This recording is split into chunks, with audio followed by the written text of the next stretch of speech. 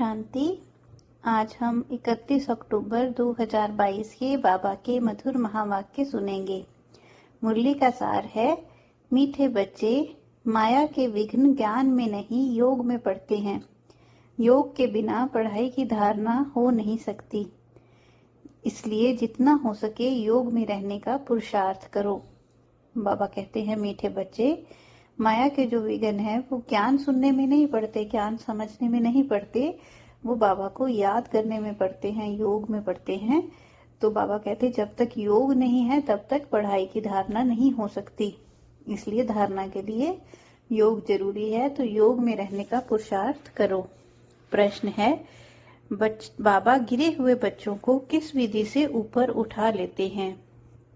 बाबा जो बच्चे जिनकी स्थिति गिर जाती है उनको किस विधि से ऊपर उठा लेते हैं? बाबा उत्तर देते हैं, बाबा उन बच्चों की क्लास में महिमा करता। बाबा डांटते नहीं है बच्चों को, महिमा करते हैं, पुचकार कर प्यार देता, हिम्मत दिलाता। बच्चे तुम तो बहुत अच्छे हो, तुम तो ज्ञान गंगा बन सकते हो, तुम विश्व का मालिक बनने वाले हो। मैं तो तुम्हें मुफ्त में बादशाही देने आया हूँ, तुम फिर क्यों नहीं लेते हो? राहु का ग्रहण लगा है क्या? मुरली पढ़ो, योग में रहो तो ग्रहण उतर जाएगा। बाबा माया के ग्रहण को उतारने की विधि बताते हैं कि मुरली पढ़ना, योग में रहना, इससे माया का ग्रहण उतर जाएगा। ऐसे हिम्मत दिलाने से बच्चे फिर से याद और पढ़ाई में लग जाते हैं। इस विधि से कई बच्चों की ग्रहचारी उतर जाती है। गीत है, दूर देश का रहने वाला। ओम शांति। भगवानोवाच दो ही अक्षर गीता के बताते हैं जो सुनते आते हैं। भगवानोवाच क्यों कहते हैं? भगवानोवाच क्या कहते? बच्चे मन मना भव। अक्षर वही संस्कृत बोलते हैं जो तुम सुनते आए हो, परंतु उसका अर्थ कोई भी नहीं समझते। आते ही कहते हैं मन मना भव, माना मन ही मन मुझ एक बाप को याद करो। अगर कहें कृष्ण भगवानुवाच तो कृष्ण क्या कहेंगे क्या कि मुझ परमात्मा को याद करो? कभी कृष्ण ऐसे नहीं कहता ना कि मुझ परमात्मा को याद करो, यह तो झूठ हो गया। यहाँ परम पिता परमात्मा शिव कहते हैं सालिग्रामों को कि मन मना भव, मुझ परमात्मा को याद करो, क्योंकि अब सबका मौत है। गुरु लोग, भाई बंधु सब जब कोई मरने की हालत में होते हैं तो कहते हैं राम कहो, कृष्ण कहो, या चित्र सामने रख देते हैं, राम का, कृष्ण का, हनुमान का, गुरु का आदि। यहाँ तो सारे मनुष्य मात्र का मौत है। बाबा कहते हैं अब तो विनाश सामने खड़ा है। सभी वानप्रस्थ अवस्था में हैं, सभी बुजुर्ग अवस्था में हैं, छोटे बड़े सबको वाणी से परे परम धाम साइलेंस वर्ल्ड में जाना है। उसको निराकारी दुनिया भी कहते हैं। वह है अहम आत्मा की दुनिया। यहाँ सब आते हैं तो आत्मा साकारी बनती है, माना शरीर में आती है, शरीर धारण करती है। बाबा कहते वहां परम धाम में चोला नहीं है, यहाँ चोला धारण कर पाठ बजाती है। अब बाप कहते हैं तुम बच्चों को वापस ले चलने का समय आया है। मैं कालों का काल हूँ। बाबा कहते अमृतसर में एक अकाल तख्त भी रखा है, अकाल जिसको काल खा न सके। अब कालों का काल कहते हैं मैं तुमको वापस ले जाता हूँ, तुमको फिर पाठ बजाने आना है। सृष्टि के आदि में पहले किसका पाठ चला? क्योंकि यह सृष्टि वैरायटी धर्मों का झाड़ है। बाबा कहते सब नंबर वार आते हैं। पहले है देवता धर्म, अब वह धर्म प्राय लोप हो गया है, ये उसका ज्ञान भी लोप है। तो शास्त्रों में कहाँ से आया? बाबा कहते देवता धर्म सबसे पहला धर्म है जिसका अभी ज्ञान लोप हो गया है, माना छुप गया है। जिस सहज राजयोग से वह देवता बने वह भी गुम है। बाकी यह गीता आदि है भक्ति की सामग्री। क्योंकि यह ज्ञान तुमको यहाँ ही मिलता है, फिर उसका शास्त्र सतयुग त्रेता में होता नहीं। बाबा कहते तो द्वापर में कहाँ से आए? वहां कोई तुम्हारी सच्ची गीता आदि नहीं होती है। यहाँ फिर ड्रामा अनुसार वही भक्ति मार्ग की गीता आदि बनाते हैं। कहते हैं आगे साधु महात्माओं की बुद्धि अच्छी थी तो उन्होंने बैठ यह शास्त्र आदि बनाए। उनकी कैचिंग पावर अच्छी थी, ड्रामा अनुसार बनने ही थे। उस समय रियल चीज कहाँ से आए? जैसे गांधी के साथ मोतीलाल आदि का पार्ट था, अब अगर उसका नाटक बनाएं तो वह कहाँ से आए? वह ऐसे ही आर्टिफिशियल बनाएंगे। अब ब्रह्मा की स्थापना का पाठ चल रहा है। किस चीज की स्थापना? बाबा कहते हैं अब बाबा ब्रह्मा किस चीज की स्थापना कर रहे हैं? बच्चे जानते हैं देवी देवता धर्म की स्थापना सतयुग के लिए हो रही है। इसलिए बाप कहते हैं मुझे याद करो तो मेरे पास आ जाएंगे। यहाँ बैठे हो तो बैठकर टेप सुनने चाहिए या मुरली रिपीट करनी चाहिए या योग में बैठना चाहिए तो विक्रम विनाश हो। बाबा समय को सफल करने की युक्तियां बता रहे हैं कि या कोई क्लास सुननी चाहिए, टेप सुननी चाहिए या मुरली रिपीट करनी चाहिए या योग में बैठना चाहिए। बाबा कहते सारा दिन तो काम में रहते हो, वहां योग में मुश्किल रहते होंगे। इसमें माया विघ्न बहुत डालती है। माया ज्ञान से नहीं हटाती, योग से हटाती है। संकल्प विकल्प योग में रहने नहीं देते। बाबा कहते पढ़ाई में इतने विघ्न नहीं पड़ते हैं। हाँ, अगर योग नहीं होगा तो पढ़ाई की धारणा नहीं होगी। ज्ञान से योग सहज भी है। बाबा कहते ज्ञान समझना मुश्किल है, योग बाबा को याद करना कितना सहज है। बूढ़ी माताएं भी जो कहती हैं हमारी बुद्धि में इतनी पॉइंट्स नहीं बैठती, तो बाबा कहते हैं अच्छा मेरी याद में रहो। बाप कहते हैं हे भक्तों, भगत तो सब हैं परंतु तुम सिकी लदे भक्त हो जिन्होंने पूरा आधा कल्प भक्ति की है। सब तो पूरी भक्ति नहीं करते, कल तक जो आते रहेंगे वह इतना समय ही भक्ति करेंगे, परंतु तुम ही पूज्य और पुजारी बनते हो। वह भी बच्चों से मालूम पड़ जाता है। जो बच्चे बनते हैं श्रीमत पर चलते हैं, समझते हैं यह हमारे कुल के हैं, जिनको पूरा निश्चय है कि हमको परमात्मा पढ़ाते हैं, वह हैं सगे बच्चे। सगे बच्चे बाबा किनको कहते हैं? जो श्रीमत पर चलते हैं, जिनको पूरा निश्चय है कि हमें परमात्मा पढ़ाते हैं। सगे बच्चे बलि चढ़ते, लगे बच्चे बलि नहीं चढ़ते। बाबा कहते इसमें डरना नहीं है, भक्ति में तो बलि चढ़ते आए हो, कुछ न कुछ ईश्वर अर्थ दान करते आए हो, यह भी बलि चढ़ना हुआ। फिर कहते हो परमात्मा ने पुत्र दिया, धन दिया, परंतु मनुष्य इसका अर्थ नहीं समझते हैं। तुम अब जानते हो कि यह भी बाप भक्ति का रिटर्न अल्प काल के लिए देते आए हैं। भक्ति मार्ग में भी बाबा भक्ति का रिटर्न देते हैं। सतयुग में ऐसे नहीं होता। तुम भक्ति में जो करते आए हो वह सतयुग में होता नहीं। न कोई गरीब होता जिसको दान करे, न कोई शास्त्र होता, न मंदिर होते। यह सब भक्ति मार्ग की सामग्री है जो सतयुग में होती नहीं। यह ज्ञान भी प्राय लोप हो जाता है। वहां कोई पुरुषार्थी नहीं जिसकी प्रलब्ध मिले। सारी प्रलब्ध इस समय के पुरुषार्थ की है। इस्लामी बौद्धियों की नॉलेज तो परंपरा से चलती है क्योंकि उनकी स्थापना पीछे विनाश नहीं है। बाबा कहते हैं उनकी जो स्थापना होती है वो अलोप नहीं होती, तो उनको सब पता रहता है, परंतु तुम्हारे पीछे विनाश होता है तो इसमें सब खलास हो जाता है। फिर द्वापर में वही वेद शास्त्र आदि निकलेंगे। और वो कहते हैं जो अब तुम पढ़ाई पढ़ रहे हो उसके बाद विनाश हो जाएगा, तो जो भी आपकी ये पढ़ाई के सामान है वो सारा नष्ट हो जाएगा। लेकिन जो दूसरे धर्म के हैं इस्लामी बौद्धि, उनकी जो धर्म स्थापना होती है उसके बाद विनाश तो बहुत लेट होता है, तो उनके जो उनकी परंपरा से नॉलेज चलती है। तो बाबा कहते हैं जब आपका जो पढ़ाई का सारा विनाश हो जाएगा, नई स्थापना हो जाएगी, तो फिर सब भूल जाएंगे, इसमें सब खलास हो जाएगा।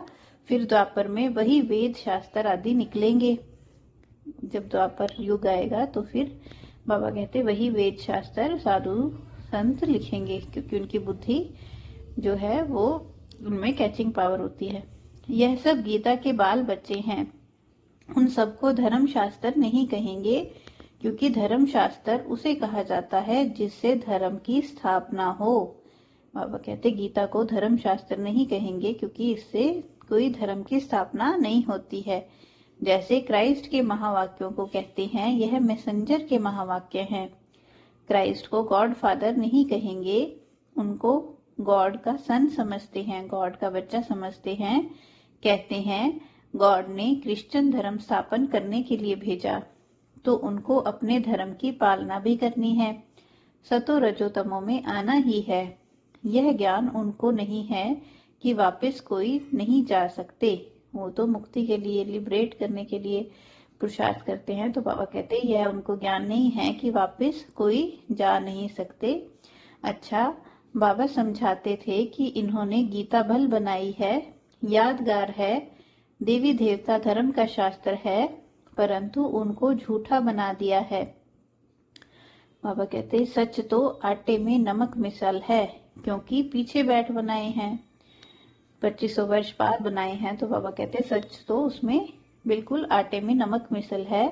सतयुग त्रेता में किसको ज्ञान है नहीं, वह थोड़े ही समझते हैं। सतयुग के इतने सोने हीरे के महल कहाँ चले गए, क्यों गए? कहते हैं द्वारिका नीचे सागर में चली गई, परंतु सागर में नहीं जाती, अर्थक्वेक आदि में सब खलास हो जाते हैं। पापा कहते हैं इसी धरती पर अर्थक्वेक आदि होते हैं तो सब महल खलास हो जाते हैं, फिर स्वर्ग का नाम निशान नहीं रहता। प्रलब्ध भोग कर खलास कर दी तो उनका नाम निशान नहीं रहता, न हिस्ट्री रहती। जैसे मंदिर बनते हैं तो उनकी हिस्ट्री है, पूजा कब से शुरू हुई, मोहम्मद गजनवी कब आया, कैसे भारत का धन लूटा, यह सब ज्ञान है बुद्धि के लिए भोजन। परंतु योग ठीक नहीं होगा तो सुनने समय खुश होगा, परंतु ठहरेगा नहीं। पापा कहते पवित्र नहीं होगा तो ठहरेगा नहीं। इसमें किसका वश नहीं, यह शास्त्रों का ज्ञान नहीं है। पापा कहते शास्त्रों का ज्ञान तो सभी कंठ कर लेते हैं, यह तो पढ़ाई है 21 जन्म के लिए। वहां भल बाप के तख्त पर बैठेंगे। सतयुग में बाबा कहते भल राजाई तख्त पर बैठेंगे, परंतु यहाँ भी वह भी यहाँ की कमाई की प्रारब्ध है।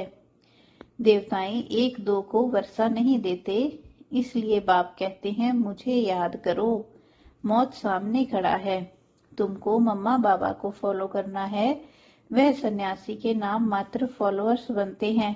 वहां गॉड गॉडेस का राज्य था, यथा राजा रानी, भगवती भगवान तथा प्रजा। इसके लिए फादर पढ़ा रहे हैं। बाबा कहते ऐसे नहीं आशीर्वाद करेंगे, उनका पढ़ाना ही ब्लेसिंग है। टीचर को कहेंगे क्या कि आशीर्वाद करो तो 100 मार्क्स मिल जाएंगे। बाबा तो कहते हैं यह पढ़ाई सबके लिए है, क्रिश्चियन हो बोधी हो। कहते हैं सर्वधर्मानी, यह सब देह के धर्म है ना। कहते हैं इन सब को भूल अपने को आत्मा निश्चय करो। आत्मा तो सभी इमॉर्टल हैं, माना मरती नहीं है, एक बाप के बच्चे हैं। इसलिए कहते हैं जो देह के धर्म है, मामा काका छोड़ अपने को अकेला आत्मा निश्चय करो और मेरे को याद करो, तो विकर्म विनाश हो जाएंगे। बाबा बुद्धि से छोड़ने को कहते हैं और कोई रास्ता नहीं, इसको योग अग्नि कहते हैं। बाबा के पत्रों में तो चिट चैट होती है, तो मधुबन में रात को सुनाई जाती है। बाबा कहते जो पत्रों में चिट चैट होती है मधुबन में बाबा बच्चों को सुनाते थे। मधुबन में बाबा हंसाएंगे भी, उमंग भी दिलाएंगे, कहेंगे तुम बड़ी अच्छी हो, ज्ञान गंगा बन सकती हो, क्या टेलीफोन ऑफिस में नौकरी करती हो, तुम तो महारानी बनने वाली हो। गिरने वाले को भी उठाएंगे, बाबा कहते हैं मैं जानता हूँ बहुतों को राहु का ग्रहण लगता है। समाचार आते हैं तो बाबा उनको उठाते हैं। मुफ्त बादशाही देने आया हूँ, तुम्हारे को क्या हुआ है? राहु का ग्रहण लगा हुआ है, योग में रहो, मुरली सुनो, ऐसे पत्र लिखने पड़ते हैं। बहुत प्रकार के पत्र आते हैं। कोई की कोई साथ दिल लग जाती है तो आपस में प्लान बनाते हैं, अच्छा हम आपस में गंधर्वी विवाह करेंगे। बाबा कहते मैं तुमको बचाता हूँ, बंधन से छुड़ाता हूँ। बाबा कहे तुम कैसे बचा सकते हो? पहले तुम माया से बचे हो। बाबा से राय ली है, श्रीमत भी नहीं है और आपस में सगाई की बातें करते हो। बाबा कहते तुम आपस में बिना बाबा की राय के, श्रीमत के कैसे अपने आप को बचा सकते हो? तो मुर्दे माया घसीट ले जाएगी। सूक्ष्म में दिल लग जाती है तो ऐसी ऐसी बातें करते हैं। बाबा समझ जाते हैं यह रसातल में जा रहा है, माना नीचे जा रहा है। सगाई तो माता पिता करते हैं, तुम मुट्ठे आपस में ही सगाई कर रहे हो गुपचुप में। तुमको पता नहीं कि ऐसे ऐसे विघ्न आते हैं। गुड़ जाने गुड़ की गोथरी जाने।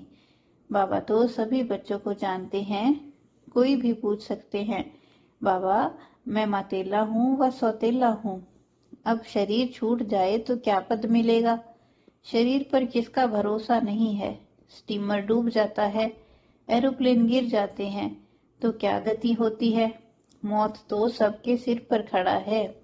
इसलिए आज का काम कल पर नहीं रखना है, नहीं तो धर्मराजपुरी में साक्षात्कार होगा।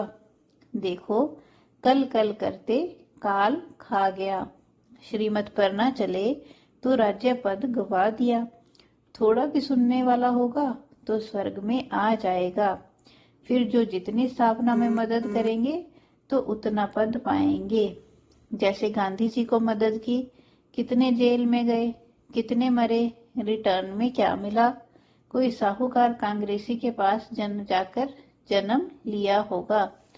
बाबा कहते जिन्होंने गांधी जी को मदद की, उस मदद करते करते जेल में गए या मरे तो बाबा कहते अगले जन्म में साहूकार कांग्रेसी के पास जन्म लिया होगा। अब समय बाकी थोड़ा है। कर्मों की गति को बता रहे हैं बाबा। अभी जितना यज्ञ में, जितना बाबा की स्थापना के कार्य में योगदान देंगे तो उतनी ही, बाबा कहते अभी मर गए तो स्वर्ग में उतनी ही पद मिलेगी। अब समय बाकी कितना थोड़ा है, फिर क्या सुख मिला? ज्ञान सुनकर जाते तो व्यर्थ नहीं जाएगा, यहाँ कुछ छुड़ाया नहीं जाता। बाबा कहते हैं यह तो उन्होंने तंग किया विकारों के लिए, तब लाचारी में उनको छोड़ना पड़ा। शुरू शुरू में जब माताएं और बहनें घर छोड़कर आई थी तो बाबा कहते तब उनको विकारों के लिए तंग किया था, इसलिए छोड़कर आई थी, नहीं तो क्या करें? बाप को शरण देनी पड़ी। ऐसे तो अब तक भी शरण लेते रहते हैं, इसमें भगाने की तो बात ही नहीं। यह तो ड्रामा अनुसार गौशाला बननी थी। हैं तो सब बच्चे, परंतु नाम गौशाला डाला है। कहते हैं कृष्ण ने नदी पार की तो गौओं ने भी पार की होगी। है सारी बात इस समय की। इन सब बातों से पहले ज्ञान लो और बाप से वर्षा लो। भल धंधा करो, साथ साथ यह सेकंड कोर्स उठाओ। विलायत में रहते भी मुरली जरूर पढ़ो। अच्छा मीठे मीठे सिखी लदे बच्चों प्रति माता पिता बाप दादा का याद प्यार और गुड मॉर्निंग। रूहानी बाप की रूहानी बच्चों को नमस्ते। हम रूहानी बच्चों की रूहानी बाप दादा को दिलवा जान सिखवा प्रेम से नमस्ते नमस्ते। शुक्रिया बाबा, शुक्रिया। धारणा के लिए मुख्य सार है, देह के संबंधों को भूल अपने को अकेली आत्मा समझना है। बाप पर पूरा पूरा बलि चढ़ना है, इसमें डरना नहीं है। धर्मराज की सजाओं से बचने के लिए आज का काम कल पर नहीं छोड़ना है। पढ़ाई के आधार से बाप की ब्लेसिंग लेते रहना है। बाबा कहते टीचर कोई आशीर्वाद नहीं देते, उनकी पढ़ाई ही उनकी ब्लेसिंग है। तो पढ़ाई के आधार से बाप की ब्लेसिंग लेते रहना है। वरदान है, मन से दृढ़ प्रतिज्ञा कर मन मनाभव के मंत्र को यंत्र बनाने वाले सदा शक्तिशाली भव। बाबा कहते मन से दृढ़ प्रतिज्ञा कर मन मनाभव के मंत्र को यंत्र बनाने वाले सदा शक्तिशाली भव। बाबा ने सदा शक्तिशाली बनने का यंत्र बताया आज, मन मनाभव। जो बच्चे सच्चे मन से प्रतिज्ञा करते हैं तो मन मनाभव हो जाता है।